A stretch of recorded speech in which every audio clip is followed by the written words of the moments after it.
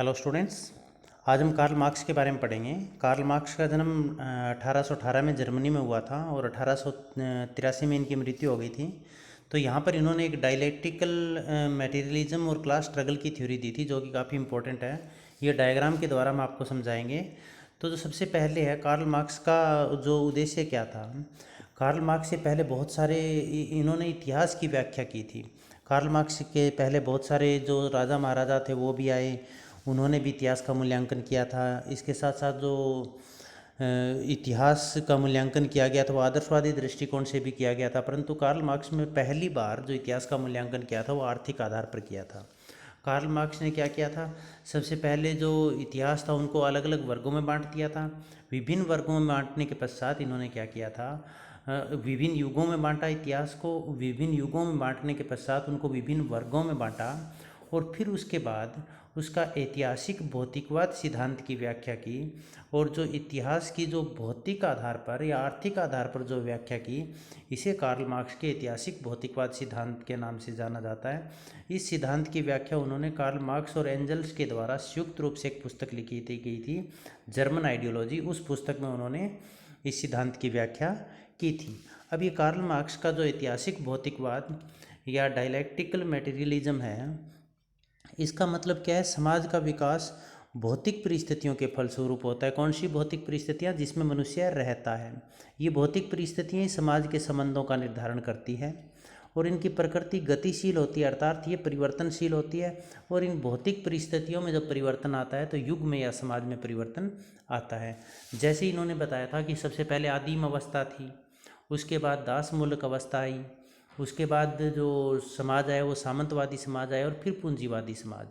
तो ये जो कार्ल मार्क्स रहे थे ये पूंजीवादी समाज में रहे थे, 18वीं शताब्दी में रहे थे, जो कि बहुत शोषण का समाज था। तो उसमें पूंजीवादी समाज के इन्होंने दोष या अवगुणों को देखा और फिर वो इसको बदलना चाहते थे। भी इनको किस तरह से बदलना चाहिए। तो इस व्यवस्था को बदलने के लिए जो इन्होंने पूरे इतिहास का अध्ययन किया था उसी को दिया गया द्वंदात्मक भौतिकवाद या डायलेक्टिकल मटेरियलिज्म।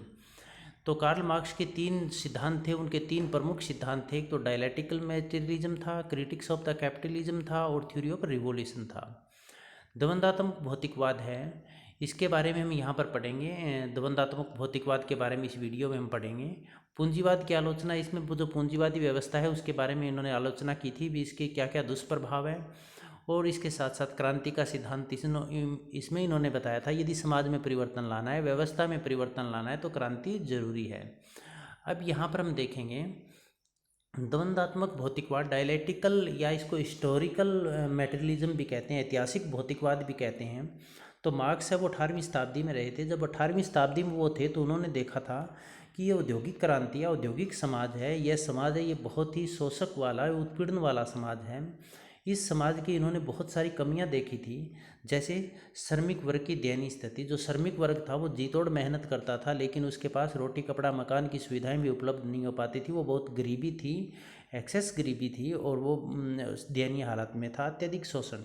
यहाँ पर जो उच्च वर्ग था, जो धनिक वर्ग था, जो पूंजीपति वर्ग था, उसके द्वारा निम्न वर्ग का बहुत अधिक शोषण किया जाता था।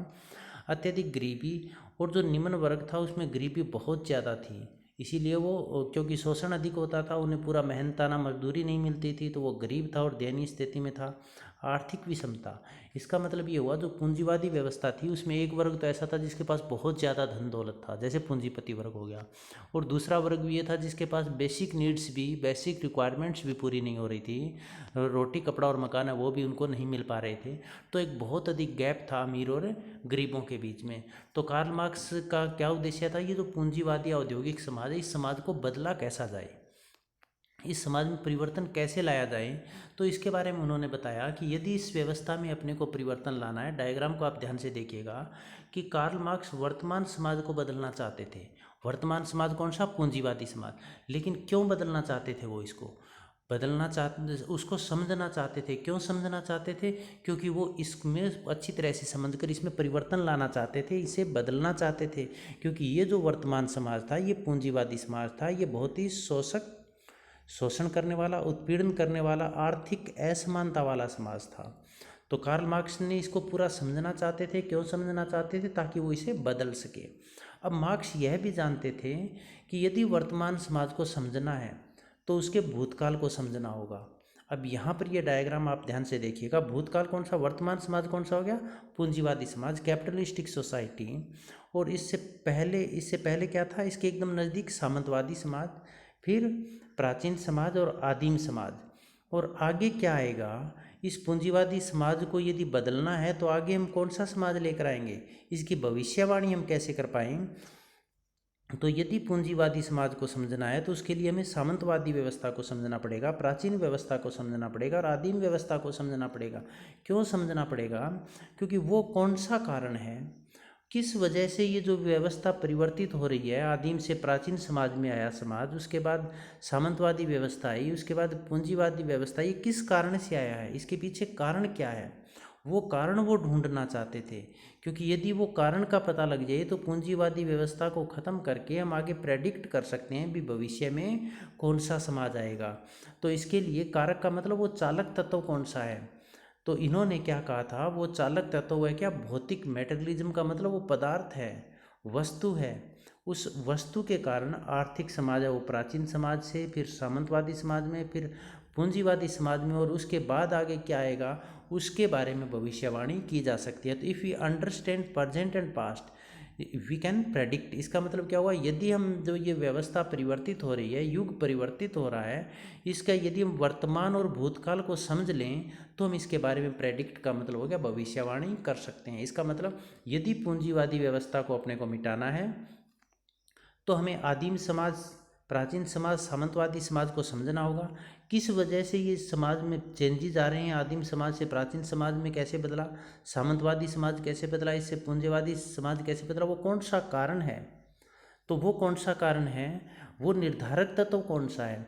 तो कुछ एक ने इसका निर्धारक तत्व जनसंख्या को माना था, भी जनसंख्या के कारण ये परिवर्तन आ रहा है, भौगोलिक परिस्थितियों के कारण ये परिवर्तन आ रहा है, परंतु कार्ल मार्क्स ने उनको पूरी तरह से नकार दिया था। क्योंकि भौगोलिक परिस्थितियां तो बहुत सारे समाजों की लगभग सेम रहती है, बदलती नहीं है लाखों सालों तक, लेकिन वहाँ पर हम देखते हैं वहाँ पर आदिम समाज भी आया, जैसे यूरोप की बात करें आदिम समाज भी आया, प्राचीन समाज भी आया, सामंतवादी समाज आया, पूंजीवादी समाज है, लेकिन भौगोलिक परिस्थितियाँ तो वही रही वहाँ की। तो कार्ल मार्क्स ने कहा कि भौगोलिक परिस्थितियाँ, जो भौगोलिक पर्यावरण है, वो भौगोलिक पर्यावरण वहाँ के लिए इसमें व्यवस्था में परिवर्तन लाने के लिए जिम्मेदार नहीं है, बल्कि व्यवस्था में परिवर्तन किस कारण से आता है, आर्थिक तत्वों के कारण आता है, जिसको हम आगे पढ़ेंगे। अब इसके बाद वो व्यवस्था को चेंज करना चाहते थे। ये जो हमें समाज का वर्गीकरण बताया गया है भी, पास्ट ये जो आए हैं, इसमें ये चेंजेस किस वजह से आए, आगे इसी स्लाइड में आप देखिएगा। क्या कोई वैज्ञानिक नियम है जो समाज का विकास का वर्णन करता है भी, आदिम समाज से प्राचीन समाज, प्राचीन समाज से सामंतवादी, फिर पूंजीवादी, ऐसा कोई नियम है, वैज्ञानिक नियम है जो इसमें परिवर्तित करना है। क्योंकि वही साइंटिफिक नियम वो ढूंढना चाहते थे जिसके आधार पर पूंजीवाद को समाप्त करके उसकी जगह पर अन्य व्यवस्था स्थापित की जाए, जिससे शोषण न हो, सभी मिलजुल कर रहें। तो मार्क्स ने सोचा अब ये ऐसा नियम खोजना चाहते थे जिससे विकास, समाज के विकास के वर्णन का पता चल सके। तो कार्ल मार्क्स ने सोचा कि मुझे इस उत्तर इसका पता है, इसके नियम का पता है। वो उत्तर क्या है, मैं जानता हूँ। क्या जानते हैं कि उसके पास इतिहास का सिद्धांत है। इतिहास के सिद्धांत का मतलब हम इतिहास को पढ़ेंगे, आदिम समाज से जो प्राचीन समाज में किस तरह से बदला समाज, प्राचीन समाज से सामंतवादी समाज में कैसे बदला, सामंतवादी समाज से पूंजीवादी समाज कैसे बदला, कि उसके पास इतिहास का सिद्धांत है। और इतिहास की सिद्धांत का मतलब उसी का नाम दिया गया द्वंदात्मक भौतिकवाद, या फिर इसका नाम, दूसरा नाम क्या है, ऐतिहासिक भौतिकवाद भी कहते हैं हमें। इतिहास की भौतिकवादी व्याख्या भी, इतिहास है उसको पदार्थ के आधार पर या वस्तु के आधार पर उसकी व्याख्या किस तरह से की जाए। मतलब ये पूरा सिस्टम समझने का अपना तात्पर्य क्या है, मार्क्स का तात्पर्य क्या था कि पूंजीवाद के बाद क्या आएगा। जो पूंजीवादी व्यवस्था है, वर्तमान व्यवस्था है, बहुत शोषण की व्यवस्था है, उसके बाद में क्या आएगा वो कब पता चलेगा, जब हम उस वैज्ञानिक नियम का पता लगा लें जिससे इतिहास में युगों में परिवर्तन हो रहा है। एक अवस्था से आदिम समाज से दास समाज में बदल रहा है, दास समाज से सामंतवादी समाज में बदल रहा है, सामंतवादी से पूंजीवादी समाज में बदल रहा है। उसके पीछे कोई न कोई वैज्ञानिक नियम है, वो वैज्ञानिक नियम इतिहास के अध्ययन से आएगा। और इसी को कहा गया है द्वंदात्मक भौतिकवाद, या ऐतिहासिक भौतिकवाद, या इतिहास की भौतिकवादी व्याख्या। यहाँ पर आके देखिएगा, marks theory of dialectical materialism हमने हिंदी और इंग्लिश साथ में एक्सप्लेन किया ताकि जो दोनों मीडियम के स्टूडेंट हैं वो कंफर्टेबल महसूस करें। मार्क्स का द्वंदात्मक भौतिकवाद सिद्धांत, आप जिस मीडियम से हैं वही मीडियम में एक ही लैंग्वेज लिखनी है, दोनों आपको नहीं लिखनी है। मार्क्स का द्वंदात्मक भौतिकवाद सिद्धांत। अब हम यहाँ पर एक एक शब्द को समझेंगे भी। मटेरियलिज्म क्या है, डायलैक्टिकल क्या है, मतलब द्वंदात्मक और ये भौतिकवाद, ये दोनों चीज़ क्या है। तो पहले हम भौतिकवाद के बारे में पढ़ते हैं। तो ये लाइन यहाँ पर मटेरियलिज्म के बारे में लिखा हुआ आप देखिएगा। दार्शनिक यथार्थ को समझने की कोशिश करते हैं, मतलब जो भी दार्शनिक है वो सच्चाई का पता लगाने की कोशिश करते हैं। और जब वो सच्चाई का पता लगाते हैं तो केवल दो ही तरीके अपनाते हैं, या तो वो आइडियलिज्म का प्रयोग करेंगे, आदर्शवाद का प्रयोग करेंगे, या फिर मटेरियलिज्म भौतिकवाद का प्रयोग करेंगे। दार्शनिक मतलब समाज में जो परिवर्तन आ रहा है, समाज में जो व्यवस्था में जो परिवर्तन आ रहा है उसके यथार्थ या सच्चाई को जानने के लिए दार्शनिक प्रयोग करते हैं। तो दो ही विधियों का प्रयोग करते हैं, एक आदर्शवादी और एक भौतिकवादी। तो हम यहाँ पर आपको आदर्शवादी और भौतिकवादी दोनों व्यवस्थाओं का बारे में यहाँ पर समझाएंगे। जो आइडियलिज्म था, आदर्शिज्म था, इसके जनक G.W.F. हीगल थे। उन्होंने क्या कहा था, विचार वास्तविक होते हैं, कि हमारे माइंड में जो विचार आते हैं वही वास्तविक या यथार्थ होते हैं। दुनिया विचारों का प्रतीक है। इसका मतलब क्या, पहले हमारे माइंड में विचार आते हैं, उसके बाद हम वो चीज़ बनाते हैं। जैसे हवाई जहाज़ बनी तो पहले दिमाग में विचार आया था, विचार आया था, फिर उसी आधार पर हवाई जहाज़ बना दी। इसका मतलब आदर्शवादी या हीगल क्या कहते हैं कि दुनिया है वो विचारों का प्रतिबिंब है। जो दिमाग में विचार आएगा वही चीज़ दुनिया में आएगी, वैसी दुनिया बनेगी। विचार वास्तविक, इसका मतलब क्या हुआ, विचार है वही वास्तविक या यथार्थ हुए।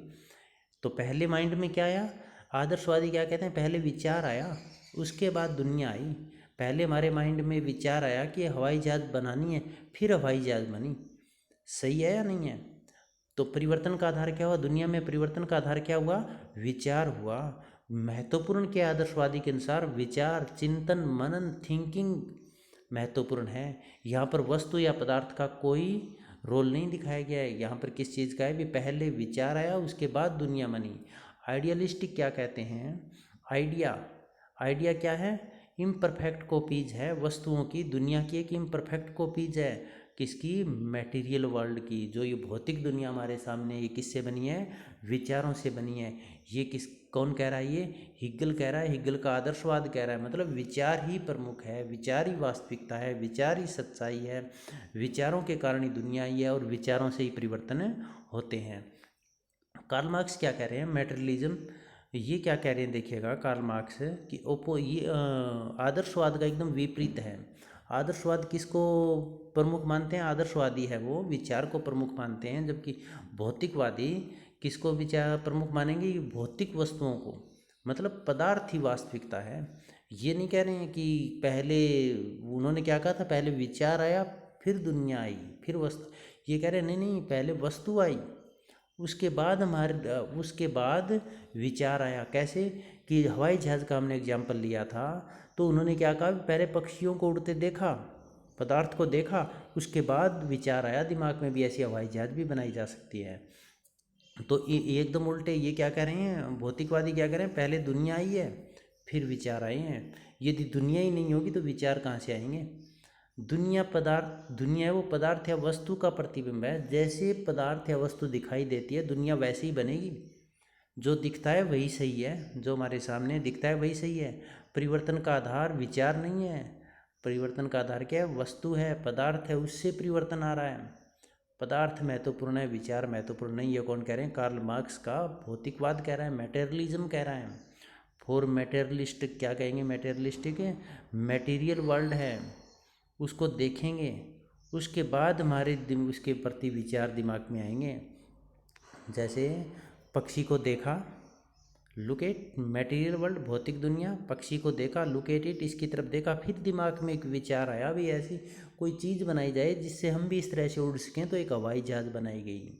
तो ये क्या था, भौतिकवाद था। भौतिकवाद का मतलब क्या हुआ, पदार्थ महत्वपूर्ण, दुनिया को समझने के लिए, परिवर्तन की या सच्चाई को समझने के लिए वस्तु महत्वपूर्ण होती है। वस्तु से ही दुनिया में परिवर्तन आते हैं। पहले वस्तु पदार्थ आया उसके बाद दुनिया बनी। और जो परिवर्तन है उसका आधार जो पूंजीवादी जो आदिम समाज से दास समाज, दास समाज से सामंतवादी समाज, सामंतवादी समाज से पूंजीवादी समाज। इसमें जो चेंजेस आ रही हैं किसकी वजह से आ रही हैं? पदार्थ या वस्तुओं के कारण आ रहे हैं। अब हम यहाँ पर आपको समझाएंगे डायलेक्टिकल या द्वंद्वात्मक क्या है।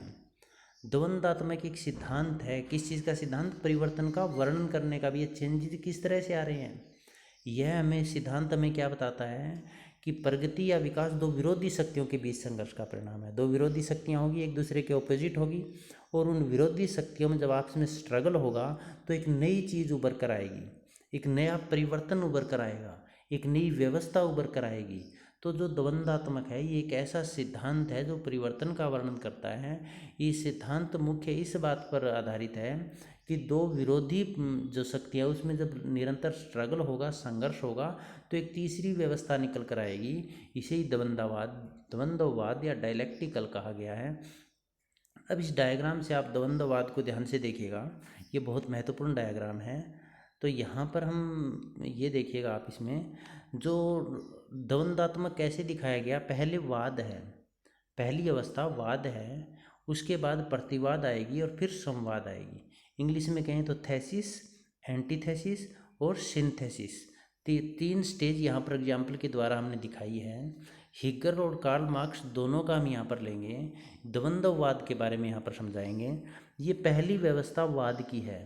पहली व्यवस्था वाद की मतलब क्या हुआ भी, पहले क्या था, जैसे तानाशाही थी, तानाशाही था, एक निरंकुश राजा होता था, तो उसमें क्या था, सभी लोग उसकी आज्ञा का पालन करते थे। कुछ विरोधी शक्तियाँ और सीमाएं, जिन इसमें भी कुछ विरोधी शक्तियाँ, पहली जो अवस्था, इस अवस्था में कुछ विरोधी शक्तियाँ भी होती है, इसकी लिमिटेशन भी होती है, लेकिन उस समय हमें उस लिमिटेशन का पता नहीं होता। फिर रिएक्शन होती है, प्रतिक्रिया होती है, एंटीथेसिस आ जाती है। इसका मतलब हमें शक्तियों का पता लगता है, हमें उन सीमाओं का पता लगता है भी इस व्यवस्था में क्या कमी है। तो धीरे धीरे दो विरोधी शक्तियों में संघर्ष शुरू होता है और एक नई व्यवस्था निकल कर आती है, जिसको कहते हैं एंटीथेसिस, प्रतिवाद। ये प्रतिवाद की जो व्यवस्था है ये वाद से अच्छी है, वाद से अच्छी है, क्योंकि इसमें विरोधी शक्तियाँ तो इसमें भी है, लेकिन इसमें कम विरोधी शक्तियाँ हैं और सीमाएं भी कम है। जैसे निरंकुश तंत्र से राजतंत्र आ गया। अब इसके बाद क्या होगा, कुछ समय तक ये फिर चलेगा और उसके पश्चात क्या होगा, फिर इसमें कमियां नजर आने लगेगी। जो विरोधी शक्ति है उसमें फिर संघर्ष शुरू होगा और फिर कौन सी व्यवस्था आ गई, सिंथेसिस, इन दोनों का मिक्सअप। और ये क्या, जैसे लोक राजशाही था, ये तानाशाही था, राजशाही आया और यहाँ पर लोकतांत्रिक व्यवस्था आ गई। तो ये सबसे कम विरोधी, इसमें विरोध इन दोनों के मुकाबले में सबसे कम विरोध होगा। सीमाएं का मतलब इसके अवगुण बहुत कम होंगे, लेकिन ये जो संवाद है कुछ समय पश्चात ये फिर वाद बन जाएगा, फिर इसमें प्रोसीजर चलेगी, फिर ये रिएक्शन होगी, रिएक्शन के कारण क्या होगा, प्रतिवाद बन जाएगा, और फिर प्रतिवाद के बाद क्या होगा, फिर संवाद बन जाएगा। ये प्रक्रिया वाद प्रतिवाद संवाद, वाद प्रतिवाद संवाद की ये जो प्रक्रिया है ये तब तक चलती रहेगी जब तक एक ऐसी सर्वोत्तम व्यवस्था ना आ जाए जिसमें किसी का शोषण न हो और सभी व्यक्तियों का सभी चीज़ों पर समान रूप से अधिकार हो। यही द्वंद्वात्मक है। द्वंद्वात्मक का मतलब दो विरोधी शक्तियाँ, यहाँ पर भी दो विरोधी शक्तियाँ। अब दो विरोधी शक्तियाँ किसमें, आप समझिएगा, जैसे आदिम समाज के बारे में हमने जो आपको यहाँ पर बताया था, ये डायग्राम हम बैक कर रहे हैं ताकि आपके यहाँ पर समझ में आए। आदिम समाज की ये जो हमने लिया था प्राचीन आदिम समाज, इस आदिम समाज में दो विरोधी शक्तियाँ थी, एक पक्ष था और एक विपक्ष का था, दोनों में स्ट्रगल शुरू हुआ तो प्राचीन समाज आया। अब प्राचीन समाज में दो वर्ग फिर बन गए, एक दास वर्ग बन गया और एक स्वामी वर्ग बन गया। तो उसमें फिर दोनों में संघर्ष चला, स्ट्रगल चला दो विरोधी शक्तियों में। सामंतवादी आ गया, तो पहले ये वाद था, फिर संवाद, फिर वाद प्रतिवाद संवाद, इस तरह से निरंतर संघर्ष के परिणाम स्वरूप चलता रहा। अब यहाँ पर ये जानना चाहते हैं कि वो चेंजेस किस वजह से आ रहे हैं, ताकि इस पूंजीवाद को समाप्त करके इसके आगे यहाँ पर क्या आएगा उसकी हम भविष्यवाणी कर सकें। तो अब आप यहाँ पर देखिएगा, यहाँ पर हम थे वाद प्रतिवाद और संवाद के ऊपर। तो यहाँ पर हिगल के, एक तो हिगल के विचार के बारे में हम पढ़ेंगे और एक पढ़ेंगे कार्ल मार्क्स के विचारों के बारे में।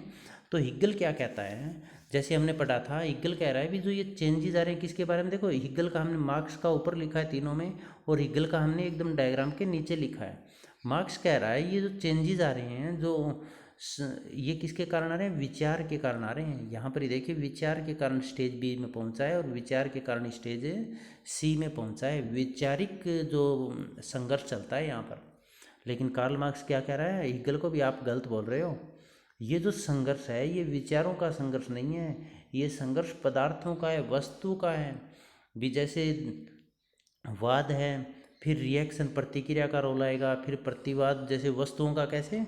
जैसे पूंजीवादी व्यवस्था है तो पूंजीवादी व्यवस्था में जिसके पास ज़्यादा वस्तुएं हैं, जिनका वस्तुओं पर अधिकार है, वो उच्च वर्ग कहलाएगा, और जिसका पर वस्तुओं का अधिकार नहीं है वो निम्न वर्ग कहलाएगा।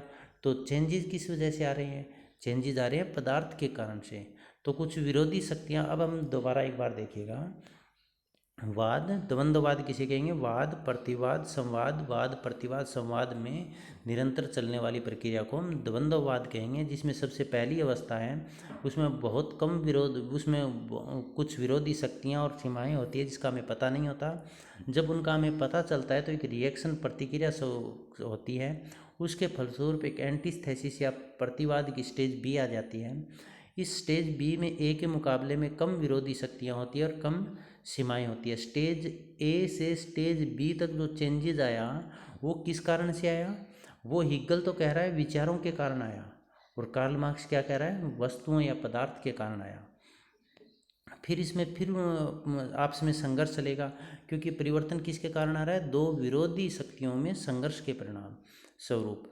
तो इसमें फिर संघर्ष चलेगा, तो फिर एक नई अवस्था आएगी, स्टेज थी, जिसको हम संवाद कहेंगे। जो कि संवाद है ये प्रतिवाद से अच्छी है और वाद से ही अच्छी है, क्योंकि इसमें सबसे कम विरोधी शक्तियाँ हैं, सबसे कम इसकी सीमाएं हैं, अवगुण सबसे कम है। लेकिन ये प्रतिवाद से समाज तक पहुंचा किस वजह से? ये पहुंचा मार्क्स तो कह रहा है पदार्थ के कारण, पदार्थों में परिवर्तन आया, भौतिक परिस्थितियों में परिवर्तन आया, उसकी वजह से ये पहुंचा। और हिगल क्या कह रहा है? ये वैचारिक परिवर्तन था, विचारों में परिवर्तन आने के फलस्वरूप ये चेंजेस आया। तो आपके वाद संवाद और प्रतिवाद वाला ये कंसेप्ट क्लियर हो गया होगा।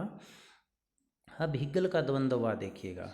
हिगल क्या कहता है? प्रत्येक अवस्था एक विचार का परिणाम है। स्टेज ए से स्टेज बी, बी से सी, ये किसका परिणाम है? एक विचार में चेंजेस आ रहे हैं।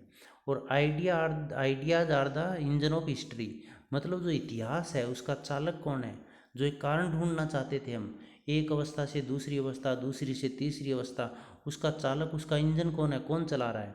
तो हिगल क्या कह रहा है? ये विचार चला रहे हैं, विचारों के कारण परिवर्तन आ रहा है। तो हिगल के अनुसार यदि पूंजीवादी व्यवस्था को बदलना है तो विचारों में परिवर्तन लाना पड़ेगा। लेकिन कार्ल मार्क्स क्या कह रहा है? इसका एकदम उल्टा बोल रहा है, क्योंकि कार्ल मार्क्स का सिद्धांत है वो हिगल का ऑपोजिट है। तो कार्ल मार्क्स क्या कह रहा है? प्रत्येक अवस्था पदार्थ या वर्ग का परिणाम है।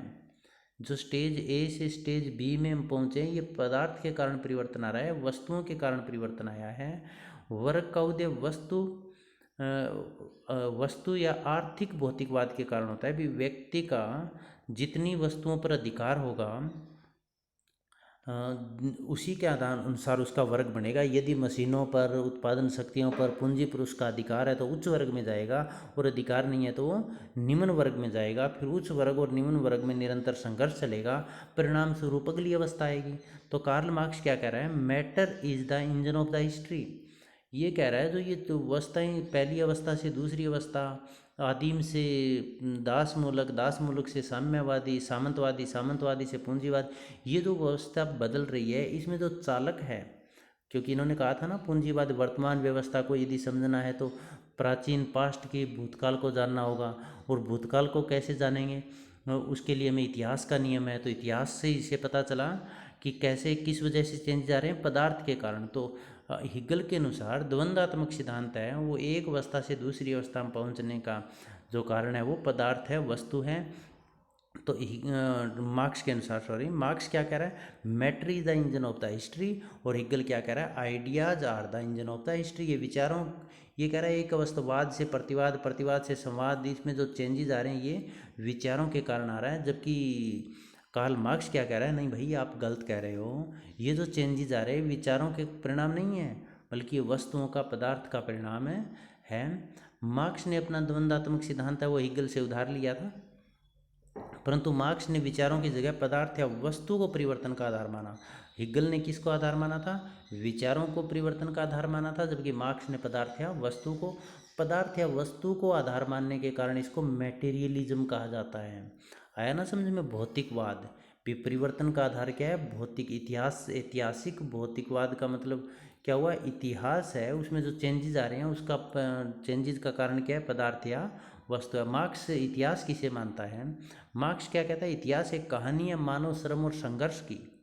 इतिहास है वो कुछ भी नहीं है, मानव श्रम और संघर्ष की कहानी है। इन्होंने कहा है कि राजा महाराजाओं ने क्या काम किए हैं, ये इतिहास नहीं है, बल्कि इतिहास एक व्यक्ति कार्ल मार्क्स ने एक बहुत बढ़िया बात कही थी कि इतिहास है वो एक असाधारण व्यक्ति के द्वारा नहीं बनता, बल्कि इतिहास है वो बहुत सारे साधारण व्यक्तियों के द्वारा बनता है। साधारण व्यक्तियों के मानव श्रम और संघर्ष है, वही इतिहास है। ये विचारों का संघर्ष नहीं है, मानव जातियों का दुश्मनों के विरुद्ध संघर्ष है। मानव जातियों का संघर्ष, देखिए मानव है उसका संघर्ष एक तो मानव के साथ होता है और एक है प्रकृति के साथ होता है। ये संघर्ष किस लिए होता है? अपने आप को जीवित रखने के लिए। परंतु ये संघर्ष ये क्या कह रहा है? विचारों के कारण संघर्ष नहीं होता, बल्कि पदार्थ के कारण, वस्तु के कारण संघर्ष होता है। जैसे पूंजीपति समाज है तो उसके अंदर जो पूंजीपति है उसके पास वस्तुएं ज़्यादा है, जो श्रमिक वर्ग है उसके पास वस्तुएं कम है, तो यहाँ पर वैचारिक संघर्ष नहीं है। वैचारिक संघर्ष किसने माना? हिगल ने माना था। तो अब हम आगे चलते हैं, इसी डायग्राम को आप बड़े ध्यान से देखिएगा, बहुत इंपॉर्टेंट डायग्राम है ये। तो इसमें आप देखिएगा जो संघर्ष कार्ल मार्क्स कह रहे हैं कि संघर्ष चल रहा है, अस्तित्व के लिए संघर्ष। अस्तित्व का मतलब अपने आप को सर्वाइव करने के लिए। डार्विन ने भी कहा था कि जो सर्वोत्तम है उसी को जीने का अधिकार है। तो ये संघर्ष कर रहा है अपने अस्तित्व के लिए। किसके? ये दो तरह का संघर्ष कर रहा है, एक तो प्रकृति के विरुद्ध संघर्ष कर रहा है और एक मानव का मानव के विरुद्ध संघर्ष है। और ये मानव का मानव के विरुद्ध संघर्ष कैसे? एक वर्ग का दूसरे वर्ग के विरुद्ध संघर्ष है। अब एक वर्ग का दूसरे वर्ग के विरुद्ध संघर्ष कैसे हैं? अब यहाँ पर इस डायग्राम के बाद देखिए, स्लेव सोसाइटी थी, फ्यूडल सोसाइटी थी और कैपिटलिस्टिक सोसाइटी थी। तो इसका मतलब दास समाज, सामंतवादी समाज और पूंजीवादी समाज, इस समाज में संघर्ष चला। किसके विरुद्ध? मानव का मानव के विरुद्ध। मानव का मतलब इसमें दो वर्ग थे, एक वर्ग स्वामी मास्टर और दूसरा स्लेव। इन दोनों में संघर्ष चला। ये भी अपने अस्तित्व के लिए लड़ाई लड़ रहा है, ये भी अपने अस्तित्व के लिए। स्वामी ये चाहता है कि मैं अधिक से अधिक धन दौलत इकट्ठी करूं ताकि मेरा अस्तित्व बना रहे। दास चाहता है कि मेरी बेसिक नीड्स पूरी हो ताकि मेरा अस्तित्व बना रहे। तो इन दोनों के बीच में एक निरंतर संघर्ष चलता रहता है, एक वर्ग का दूसरे वर्ग के विरुद्ध। ये मान लीजिए वाद है, तो इसमें संघर्ष चलेगा, तो ये प्रतिवाद आ गया। कौन सी अवस्था आ गई? प्रतिवाद है। सामंतवादी समाज, फ्यूडल सोसाइटी। इसमें क्या हुआ? फिर जो मास्टर था वो स्थान लॉर्ड ने ले लिया और स्लेव का स्थान सर्फ ने ले लिया। लॉर्ड का मतलब मालिक और सर्फ का मतलब कृषक दास। यहाँ पर वैसे दास नहीं रखे जाते थे, लेकिन खेती में जो काम करते थे उन्हीं को दास की तरह रखा जाता था। तो यहाँ पर फिर दो वर्ग हो गए, कौन कौन से? मालिक और कृषक दास। अब इनमें फिर संघर्ष चल रहा है, मानव का मानव के विरुद्ध संघर्ष। किस लिए? एक वर्ग का दूसरे वर्ग के विरुद्ध संघर्ष। किस लिए? अस्तित्व के लिए संघर्ष चल रहा है। और जब ये संघर्ष अस्तित्व के लिए संघर्ष चल रहा है तो उससे फिर क्या होगा? एक तीसरी अवस्था आएगी, पूंजीवादी समाज। अब पूंजीवादी समाज में फिर थर्ड स्टेज है, इसमें क्या है? एक पूंजीपति हो गया और एक श्रमिक हो गया। तो पूंजीपति अधिक से अधिक पूंजी प्राप्त करना चाहेगा, अपने आप को सिक्योर करना चाहेगा, और श्रमिक है वो फिर अपनी बेसिक नीड्स पूरी करने के लिए संघर्ष कर रहा है, अपने अस्तित्व के लिए संघर्ष कर रहा है। तो कार्ल मार्क्स कह रहा है प्रत्येक जो अवस्था थी उस प्रत्येक अवस्था में एक संघर्ष चलता रहा। ये संघर्ष अस्तित्व के लिए था। ये दो तरह से संघर्ष था, एक तो प्रकृति के विरुद्ध संघर्ष था, जैसे हम गुफा बना कर व्यक्ति रहना शुरू हो गया, अपने आप को प्रकृति से बचाने के लिए मकान बनाने शुरू कर दिए बाद में, या गर्मी सर्दी से बचने के लिए अलग तरह के कपड़े पहनने लगे। तो ये तो प्रकृति के विरुद्ध संघर्ष था। लेकिन जो ये संघर्ष है ये मानव का मानव के विरुद्ध संघर्ष, एक वर्ग का दूसरे वर्ग के विरुद्ध संघर्ष है। तो ये संघर्ष किस कारण से हो रहा है? इसका चालक इंजन क्या है, इसका चालक क्या है? वो संघर्ष हो रहा है वस्तु के कारण। 20 वर्ग का वस्तु पर आधिपत्य इसका नहीं है, इसका फिर आधिपत्य इसका नहीं है, इसका आधिपत्य है और श्रमिक वर्ग का आधिपत्य नहीं है। तो इसका मतलब जब एक अवस्था स्टेज ए से स्टेज बी और स्टेज बी से स्टेज सी में आए तो ये संघर्ष का परिणाम रहा, दो वर्गों के बीच संघर्ष का परिणाम रहा, अपने अस्तित्व के लिए संघर्ष का परिणाम रहा। तो एक अवस्था से दूसरी अवस्था में हम वर्ग संघर्ष के कारण पहुंचते हैं। ये कार्ल मार्क्स ने कहा है कि दास समाज है, दास समाज से हम सामंतवादी समाज तक पहुँचे किसके कारण? वर्ग संघर्ष के कारण। वर्ग संघर्ष किसमें? स्वामी और दास में, और मालिक और कृषक से अगली अवस्था में हम पहुँच गए। तो इसका मतलब इनके कहने का, यदि पूंजीवादी व्यवस्था को समाप्त करना है तो संघर्ष होगा, क्रांति होगी।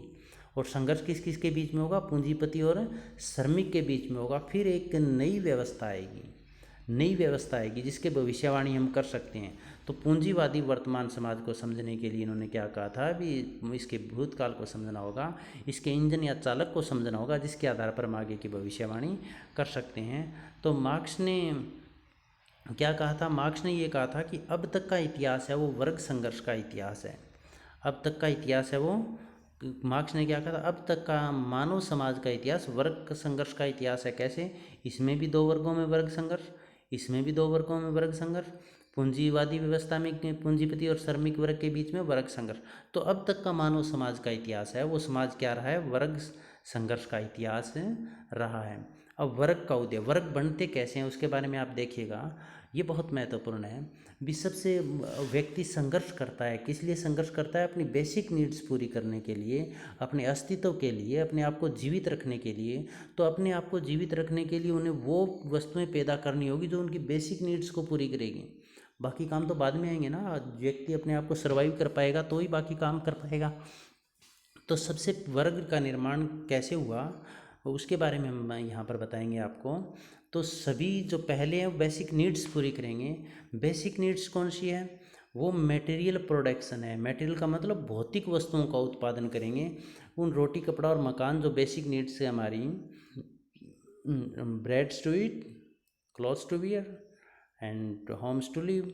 तो इसका मतलब क्या हुआ? जो ये रोटी कपड़ा मकान है, इनको जब हम बनाएंगे तो हमें मटेरियल भौतिक चीज़ों का उत्पादन करना पड़ेगा। और भौतिक चीज़ों का उत्पादन हम क्यों करेंगे? ताकि हमारी जो बेसिक नीड्स है वो पूरी हो सके। तो आप बेसिक नीड्स पूरी करने के लिए हमें भौतिक उत्पादन करना पड़ेगा।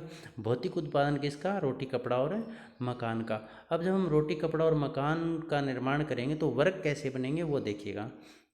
ये बहुत इंपॉर्टेंट डायग्राम है। मटेरियल प्रोडक्शन, मटेरियल का मतलब भौतिक उत्पादन। भौतिक उत्पादन किसका? रोटी कपड़ा मकान का, वस्तुओं का उत्पादन करना।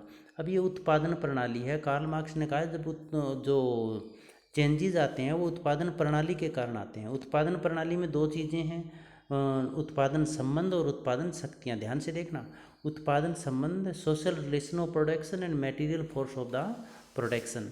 तो उत्पादन संबंध क्या होंगे और उत्पादन शक्तियाँ? उत्पादन शक्तियाँ क्या होगी? जिनके माध्यम से हम उत्पादन कर रहे हैं वो कौन कौन सी शक्तियाँ हैं जिनसे उत्पादन करेंगे? इसमें जितने टूल, मशीनें आ गई, टूल आ गए, इसके अंदर अपना अनुभव आ गया, मानव श्रम आ गया, तो वो कच्चा माल आ गया। वो सारी चीज़ें उत्पादन शक्तियाँ होगी जिनके माध्यम से हम उत्पादन करेंगे। तो जो चीज़ें उत्पादन में हमारी मदद करती है, जैसे कच्चा माल, मशीनें, पूंजी, उद्योग, मानव श्रम, अनुभव आदि, ये सारी चीज़ें उत्पादन शक्तियों के अंतर्गत आएगी। दूसरा है उत्पादन संबंध, social relation of the production.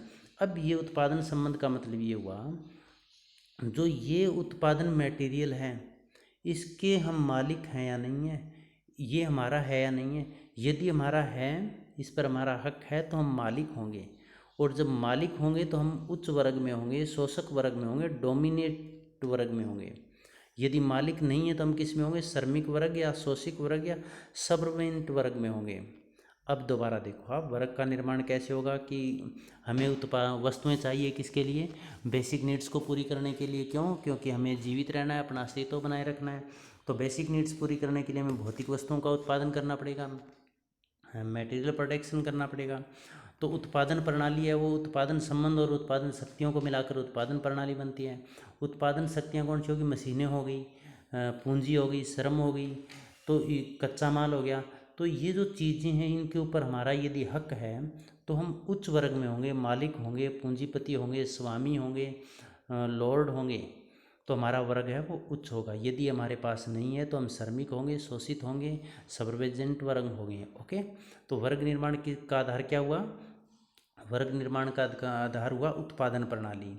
उत्पादन प्रणाली में जो उत्पादन संबंध है वो किस पर निर्भर है? उत्पादन शक्तियों पर। तो इसका मतलब यदि उत्पादन शक्तियों में परिवर्तन जब आता है या उत्पादन प्रणाली में जब परिवर्तन आता है तो पूरे सामाजिक व्यवस्था में परिवर्तन आता है या युग परिवर्तन होता है, एक व्यवस्था से दूसरी व्यवस्था में परिवर्तन आता है। जैसे आदिम समाज से दास समाज में पहुँचे तो उत्पादन प्रणाली में परिवर्तन के कारण ही पहुँचे हैं।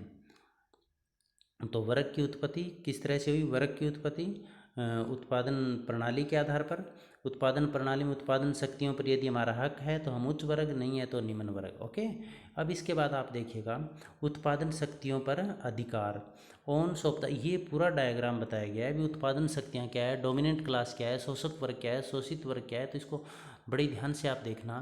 तो यहाँ पर हमने ऊपर लिखा है उत्पादन शक्तियों पर अधिकार या owns the material force of the production, तो ये डोमिनेट क्लास होगी और ये डोमिनेटेड क्लास होगी। डोमिनेट क्लास का मतलब क्या हुआ? जो शोषक वर्ग है, जो उच्च वर्ग है। तो उच्च वर्ग में कौन से वो 3 वर्ग बताए थे, उसमें एक तो मास्टर या स्वामी थे, लॉर्ड्स थे और पूंजीपति।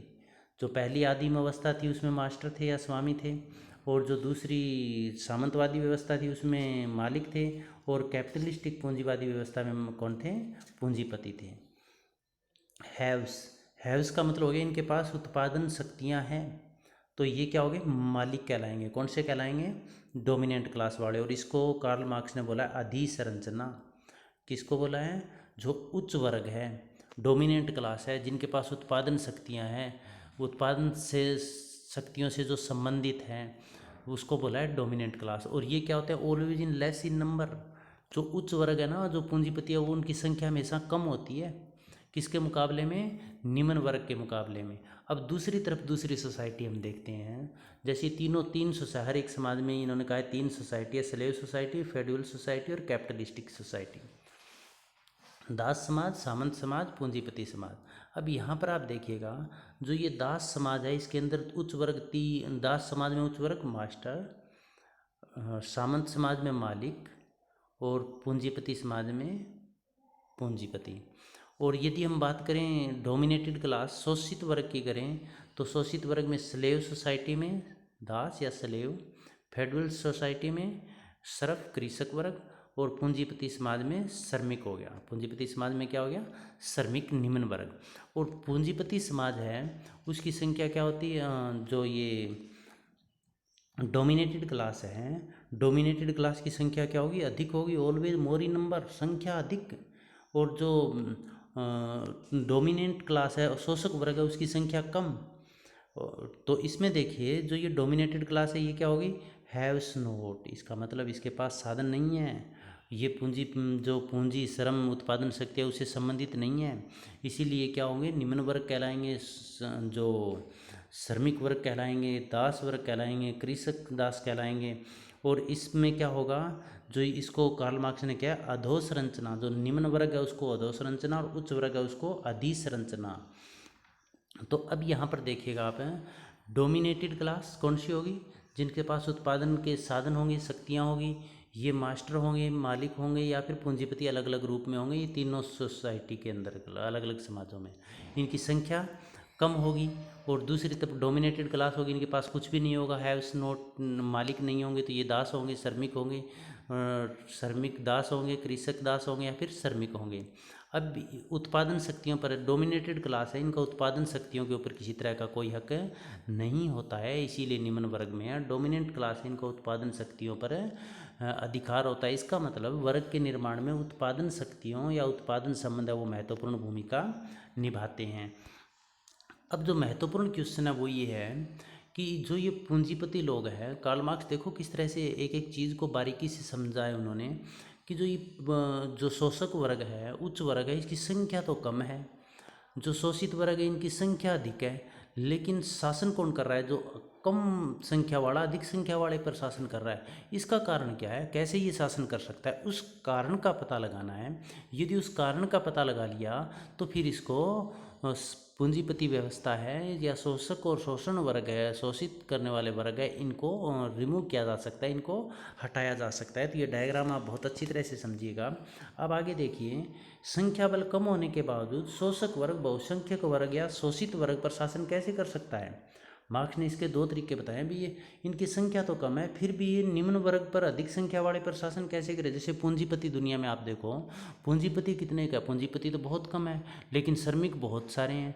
तो पूंजीपति वर्ग है वो श्रमिक वर्ग पर शासन कैसे कर सकता है, संख्या तो उनकी कम है, श्रमिकों की संख्या ज़्यादा है। इसी तरह से पॉलिटिशियन हम लेते हैं, पॉलिटिशियन है, राजनीतिक सत्ता जिनके पास है वो तो बहुत कम है। जैसे हरियाणा की हम बात करें तो हरियाणा में एमएलए 90 हैं, तो 90 जो करोड़ों की जनसंख्या उस पर शासन कैसे कर सकते हैं। तो शोषक वर्ग है वो निम्न वर्ग पर शासन संख्या कम होने के बावजूद भी वो इतने अच्छे तरीके से शासन कैसे कर पा रहे हैं, उनको कैसे कंट्रोल किया जा रहा है।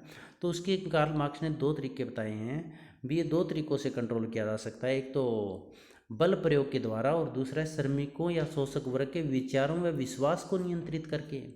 बल प्रयोग कौन सा होगा, सेना का प्रयोग करेंगे, पुलिस का प्रयोग करेंगे, कोर्ट का प्रयोग करेंगे, लेकिन बल प्रयोग के द्वारा किसी को अधिक समय तक दबाकर नहीं रखा जा सकता। तो 2 मेथड्स ऑफ डोमिनेशन है, शासन के 2 तरीके हैं, शोषण करने के 2 तरीके हैं। उसमें है बल प्रयोग के द्वारा, यह विधि लंबे समय तक इस विधि द्वारा नियंत्रण संभव नहीं है। तो शोषक वर्ग कौन सा तरीका अपनाते हैं, वो दूसरा तरीका अपनाते हैं, श्रमिकों या शोषक वर्ग के विचारों में विश्वास को नियंत्रित करके उनके मस्तिष्क पर कब्जा करते हैं, उनकी चेतन शक्ति पर कब्जा करते हैं, उनके विचारों पर कब्जा करते हैं, उनके विचारों को प्रभावित करते हैं, मानसिक रूप से उनको कैप्चर करके लंबे समय तक उनको नियंत्रित किया जा सकता है। कैसे नियंत्रित करेंगे, श्रमिकों या शोषक वर्ग के विचारों में विश्वास को नियंत्रित करेंगे, चेतना पर नियंत्रण करके। चेतना पर कैसे, मन मस्तिष्क सोच पर। जो उच्च वर्ग है, जो पूंजीपति वर्ग है, जो श्रमिक जो वर्ग है, उनके ऊपर क्या करेंगे, उनके मस्तिष्क में सोच में ये बात बैठा देंगे कि हमारा भला है वो उच्च वर्ग के कारण ही है, उच्च वर्ग के शरण में ही हम अपना अस्तित्व बचाए रख सकते हैं। उनकी चेतना पर पूरी तरह से नियंत्रण कर लिया जाएगा। और ये नियंत्रण किसके आधार पर, आर्थिक आधार पर भी। जो निम्न लोग हैं, जो गरीब लोग हैं, जो श्रमिक लोग हैं, जो दास लोग हैं, उनके माइंड में बात फिट कर दी जाती है कि आर्थिक आधार ये आर्थिक रूप से मजबूत है, उच्च वर्ग आर्थिक रूप से मजबूत है, इसलिए हमें इनकी प्रत्येक बात को माननी पड़ेगी, इसके अंडर में कंट्रोल करना पड़ेगा। तो ये काम किसके द्वारा किया जाता है, ये डोमिनेशन क्लास के द्वारा किया जाता है। ये बल प्रयोग से तो पता है कि अधिक दबाव नहीं दिया जा सकता, तो ये विचारों पर विश्वास पर कंट्रोल करके संख्या बल कम होने के बावजूद युद्ध प्रशासन करते हैं। अब इसको हम एक आइडियोलॉजिकल सुपर स्ट्रक्चर बोला है भी, विचारों का एक सुपर स्ट्रक्चर बनाया गया है। कैसे, सबसे पहले उत्पादन शक्तियाँ हैं, उत्पादन शक्तियाँ हैं वो अर्थव्यवस्था। इसका मतलब समाज का आधार क्या हो गया, आर्थिक हो गया। आधार का मतलब नींव क्या है, आर्थिक है। Material force of production, material force of production कौन सा होगा, जैसे पूंजी हो गया, धन दौलत हो गया, श्रमिक हो गए, कच्चा माल हो गए, मशीनें हो गई, ये उत्पादन शक्तियाँ हैं, ये आधार है समाज का। तो इनके ऊपर जिसका अधिकार होगा वो मालिक, अधिकार नहीं होगा दास या श्रमिक। इसके बाद उत्पादन संबंध, सोशल रिलेशन ऑफ रिप्रोडक्शन, उत्पादन संबंध, उनका संबंध कैसा, उत्पादन शक्तियों से व्यक्ति का संबंध कैसा है। यदि वो उसका मालिक है तो उच्च वर्ग में होगा, शोषक वर्ग में होगा। यदि वो मालिक नहीं है तो वो क्या होगा, निम्न वर्ग या दास वर्ग में होगा। तो इसे सोशल रिलेशन, इसको समाज कहा है कार्ल मार्क्स ने।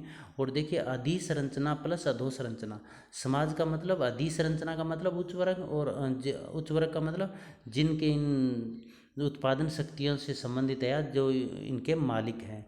अधिसंरचना का मतलब निम्न वर्ग। यदि उच्च वर्ग और निम्न वर्ग को मिला दें, अधिसंरचना और अधोसंरचना को मिला दें, तो वो उसको कार्ल मार्क्स ने सोसाइटी कहा है। अब इसके बाद culture, belief, law, religion, morality मतलब नैतिकता हो गई, विश्वास हो गए, संस्कृति हो गई, कानून हो गए, धर्म हो गया, ये सब चीज़ें संस्कृति का एक पार्ट है। आइडियोलॉजिकल सुपर स्ट्रक्चर का मतलब ये हुआ कि उत्पादन शक्तियाँ हैं वो आधार हैं, और जिनसे उत्पादन शक्तियों से संबंधित हो गए वो ही वर्ग का निर्माण करेगा। आप उच्च वर्ग में हो या निम्न वर्ग में हो, इससे समाज बनेगा। और इसके बाद क्या होता है, उस पर कंट्रोल करने के लिए जो विचार होते हैं, विश्वास होता है, धर्म होता है, उनका सहारा लिया जाता है, जिसे कल्चर या संस्कृति कहा गया है। तो समाज का आधार क्या हुआ, इसका बेस हुआ आधार आर्थिक हुआ। समाज का आधार क्या हुआ, आर्थिक आधार हुआ। आर्थिक आधार का मतलब ये हुआ कि समाज में जो चेंजेस आ रहे हैं वो आर्थिक या उत्पादन शक्तियों के परिवर्तन से आ रहे हैं। यदि उत्पादन शक्तियों में परिवर्तन होगा तो व्यवस्था में परिवर्तन होगा। जैसे उत्पादन शक्तियों पर मान लो आपके हक हो गया तो आप उच्च वर्ग में चले गए, हक नहीं है तो आप निम्न वर्ग में हैं। तो ये आप इस उत्पादन शक्तियाँ वो परिवर्तनशील है, उसमें जब परिवर्तन आता है तो युग परिवर्तन होता है। अब आइडियोलॉजिकल सुपर स्ट्रक्चर है जो बनाया है अभी, उत्पादन शक्तियाँ हो गई, उत्पादन संबंध हो गए, उसके कार्य क्या है, ये कार्य क्या आइडियोलॉजिकल सुपर स्ट्रक्चर है, ये क्या करेगा, लोगों के मस्तिष्क पर कंट्रोल करेगा, उसके विचारों पर कंट्रोल करेगा और ये जस्टिफाई करेगा कि श्रम विभाजन है, वर्ग अंतर है, शक्तियाँ का आर्थिक असमानता है, प्रभाव या समाज में सत्ता और शक्ति न्याय संगत है, इस चीज़ को जस्टिफाई करेगा और उनकी व्याख्या करेगा। जैसे उच्च वर्ग है तो वो बताए आइडियोलॉजिकल सुपर स्ट्रक्चर उनके माइंड में एक व्याख्या फिट कर देगा कि जो आर्थिक रूप से समृद्ध है इसका मतलब इनको भगवान के ऊपर विशेष मेहरबानी है या ये वस्तुओं पर अधिकार है, ये परमात्मा की मर्जी है और जिनके पास कम है उनकी किस्मत में यही लिखा हुआ था, इसीलिए वो उच्च वर्ग के जो अंडर में रहकर अच्छी तरह से काम करे, उनकी आज्ञा का अवहेलना न करें। इन चीज़ों को जस्टिफाई करेगा आइडियोलॉजिकल सुपर स्ट्रक्चर। तो ये शोषक वर्ग के लिए तो लाभदायक होगा, उच्च वर्ग के लिए, क्योंकि उसको वो सिक्योरिटी प्रदान कर रहा है, सुरक्षित कर रहा है। परंतु शोषित वर्ग है उसके लिए वो नुकसानदायक होगा, उसको और अधिक ज़्यादा इसमें शोषण होगा। और ये जो आइडियोलॉजिकल सुपर स्ट्रक्चर है इसका उद्देश्य क्या है, को स्टेटस बना रहे, यथास्थिति बनी रहे। भी उच्च वर्ग और निम्न वर्ग है वो उच्च वर्ग निम्न वर्ग के माइंड को कंट्रोल करे रखे और ये जो चेतना उनके मन में फिट कर दी जाती है, इसको कार्ल मार्क्स ने कहा था फॉल्स कॉन्शियसनेस, झूठी मानसिकता या झूठी चेतना। तो कार्ल मार्क्स ने कहा था यदि इस व्यवस्था को बदलना है, पूंजीपति व्यवस्था को यदि बदलना है तो इस झूठी चेतना को तोड़ना होगा, इस अनकॉन्शियस फॉल्स जो कॉन्शियसनेस है इसको तोड़ना होगा, इस आइडियोलॉजिकल सुपर स्ट्रक्चर को तोड़ना होगा। तो इसको तोड़कर ही इस जो पूंजीवादी व्यवस्था है इसको समाप्त किया जा सकता है। इसी आधार पर उन्होंने क्या कहा था, पूंजीवाद को समाप्त करने का बीज पूंजीवाद में ही मौजूद है। कि पूंजीवाद में मौजूद होने का मतलब हो गया यदि जो निम्न वर्ग है वो अपने अस्तित्व को रियलाइज करे, अपने अस्तित्व के लिए उच्च वर्ग के साथ संघर्ष करे, एक क्रांति करे और उन वस्तुओं पर जबरदस्ती हक ले ले, काबू पा ले जिन पर उच्च वर्ग का अधिकार है, तो पूंजीपति व्यवस्था को समाप्त किया जा सकता है। और जब पूंजीपति व्यवस्था समाप्त होगी, जो पूंजीपति लोग हैं उनसे जब चीज़ें छीन ली जाएगी, सभी लोगों का उनके ऊपर अधिकार हो जाएगा, तो ये होगा वर्ग विहीन समाज होगा जिसमें किसी तरह की कोई अराजकता नहीं होगी, किसी तरह से कोई शोषण नहीं होगा, सभी लोग मिलजुल कर रहेंगे, सभी लोगों का सभी व्यवस्था पर पूर्ण अधिकार होगा। तो इसके अंदर क्या होगा, क्लास इन इटसेल्फ से हमें क्या करना है, क्लास फॉर इटसेल्फ बनाना है।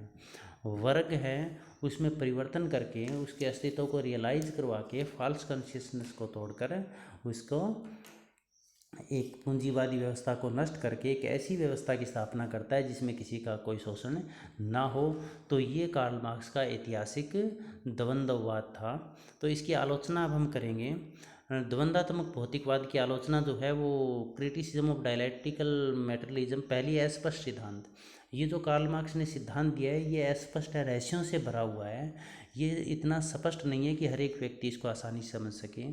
एक पक्षी है ये सिद्धांत, एक पक्षी है कि यह केवल जो इतिहास है उसमें युगों में परिवर्तन का कारण है वो केवल आर्थिक कारण को मानता है, भौतिक तत्वों या वस्तुओं को मानता है, जो कि सही नहीं है, बल्कि इसमें तो दूसरे तत्व भी बहुत सारे परिवर्तन में सहायक सिद्ध होते हैं। प्राचीन सिद्धांत, यह सिद्धांत तो एक उधार लिया हुआ प्राचीन सिद्धांत है। कार्ल मार्क्स ने तो हिगल के सिद्धांत है उस हिगल के सिद्धांत में ही परिवर्तन किया, उसी में संशोधन किया, इसका कोई नया सिद्धांत नहीं है। और कार्ल मार्क्स ने अपने इतिहास के जो इतिहास की भौतिक व्याख्या की है उसमें बताया कि प्रत्येक समाज में दो ही वर्ग होते हैं, एक शोषक वर्ग और एक शोषित वर्ग, उच्च वर्ग और निम्न वर्ग, जो कि गलत है, क्योंकि एक तीसरा वर्ग मध्यम वर्ग भी होता है जो कि महत्वपूर्ण भूमिका निभाता है, उसका इन्होंने कोई जिक्र नहीं किया है। क्रांति संबंधी धारणा गलत है। कार्ल मार्क्स ने क्या कहा है, संघर्ष या क्रांति के द्वारा ही व्यवस्था को बदला जा सकता है, व्यवस्था में परिवर्तन किया जा सकता है, जो कि गलत है, क्योंकि भारतीय समाज में जो परिवर्तन हुए बिना किसी क्रांति के परिवर्तन हुए हैं। भौतिक पदार्थों में परिवर्तन से ही सामाजिक परिवर्तन का आधार माना गलत है। इन्होंने कहा है कि भौतिक पदार्थ में परिवर्तन होगा तो ही पूरे समाज में परिवर्तन होगा। ये बिल्कुल गलत है, क्योंकि दूसरे कारण भी होते हैं, जैसे धार्मिक कारण, सांस्कृतिक कारण, सामाजिक कारण, जिनमें परिवर्तन होने के कारण सामाजिक परिवर्तन आता है। वर्ग विहीन समाज, इनका कल्पना क्या थी? समाज पूंजीवाद के बाद साम्यवादी व्यवस्था आएगी या फिर वर्ग विहीन समाज की स्थापना होगी, जो कि गलत साबित हुआ, क्योंकि आज तक किसी भी समाज में, किसी भी देश में इस तरह की व्यवस्था स्थापित नहीं हो पाई है। विचारों की अवहेलना, कार्ल मार्क्स ने पदार्थ को इतना अधिक महत्व दिया कि उसने चिंतन या विचार को पूरी तरह से नकार दिया। उन्होंने कहा इतिहास का चालक है वो पदार्थ है और विचारों की उसमें कोई भूमिका नहीं है, परंतु विचारों की जो प्रत्येक व्यवस्था परिवर्तन में विचारों की बहुत महत्वपूर्ण भूमिका होती है। चारों युगों में विभाजन त्रुटिपूर्ण है। कार्ल मार्क्स ने जब इतिहास की व्याख्या की थी तो पूरे इतिहास को अलग अलग युगों में बांट लिया था, जैसे आदिम युग, दास युग, सामंत युग और पूंजीपति युग, जो कि गलत है, क्योंकि इसके जो बंटवारा था वो किसी वैज्ञानिक आधार पर नहीं किया गया था। कार्ल मार्क्स ने धर्म को अफीम के समान माना था, तो उन्होंने धर्म को सबसे निम्न स्थान दिया था। भी सामाजिक परिवर्तन में धर्म का कोई रोल नहीं है, परंतु जितनी भी व्यवस्था में परिवर्तन हुआ है उस सभी में धर्म का अहम रोल रहा है। तो इन्होंने धर्म के रोल को पूरी तरह से भूमिका, सामाजिक परिवर्तन में धर्म की भूमिका को नकार दिया, जो कि गलत है। शक्ति प्राप्त करने का साधन मात्र आर्थिक नहीं है, जैसे किसी के पास राजनीतिक शक्ति हो सकती है। श्री नरेंद्र मोदी जी जो हमारे प्रधानमंत्री हैं, उनके पास राजनीतिक शक्ति है, लेकिन ज़रूर थोड़ी है उनके पास आर्थिक शक्ति भी बहुत अधिक हो। तो कार्ल मार्क्स ने क्या कहा है कि शक्ति प्राप्त करने का साधन मात्र आर्थिक और या फिर वस्तुएं हैं, जबकि शक्ति प्राप्त करने का माध्यम राजनीतिक भी हो सकता है, धार्मिक भी हो सकता है। तो उन्होंने यहाँ पर इसकी एकमात्र जो साधन माना था शक्ति प्राप्त करने का, जो कि सही नहीं है। प्रत्येक संघर्ष पहले से अच्छी अर्थव्यवस्था को जन्म देता है। कार्ल मार्क्स ने कहा है कि प्रत्येक व्यवस्था है वो जब संघर्ष होगा तो एक नई अच्छी व्यवस्था बनकर आएगी। जैसे आदिम समाज के बाद उससे अच्छा सुधार होकर दास समाज आया, दास समाज में सुधार होकर पूंजी वो सामंतवादी समाज आया, सामंतवादी समाज में सुधार होकर पूंजीवादी समाज आया। तो इसका मतलब ये क्या कहना चाहते हैं भी जो प्रत्येक अवस्था आगे की अवस्था है वो पिछली से सदैव अच्छी होती है, लेकिन ये सही नहीं है, क्योंकि पाकिस्तान जो अपने पड़ोसी देश है उसमें हम देखते हैं कि उसमें संघर्ष हुआ, संघर्ष के पश्चात उसमें तानाशाही, लोकतंत्र से तानाशाही स्थापित हो गया। तो वो तो पहले से जो परिवर्तन हुआ वो पहले से अच्छा नहीं था, बल्कि बुरा परिवर्तन हुआ।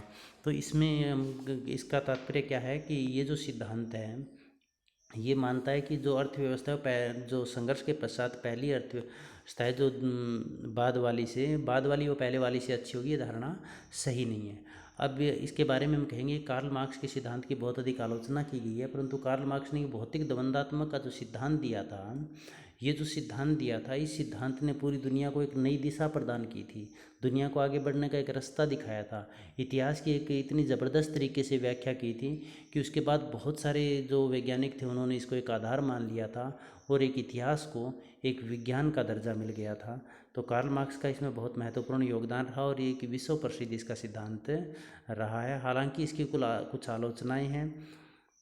आप सबका बहुत बहुत धन्यवाद। एक क्वेश्चन आपको कमेंट बॉक्स में लिखकर डालना है, जो भौतिक द्वंद्ववाद सिद्धांत की कार्ल मार्क्स ने व्याख्या किया वो कौन सी पुस्तक में की है। आप सबका बहुत बहुत धन्यवाद।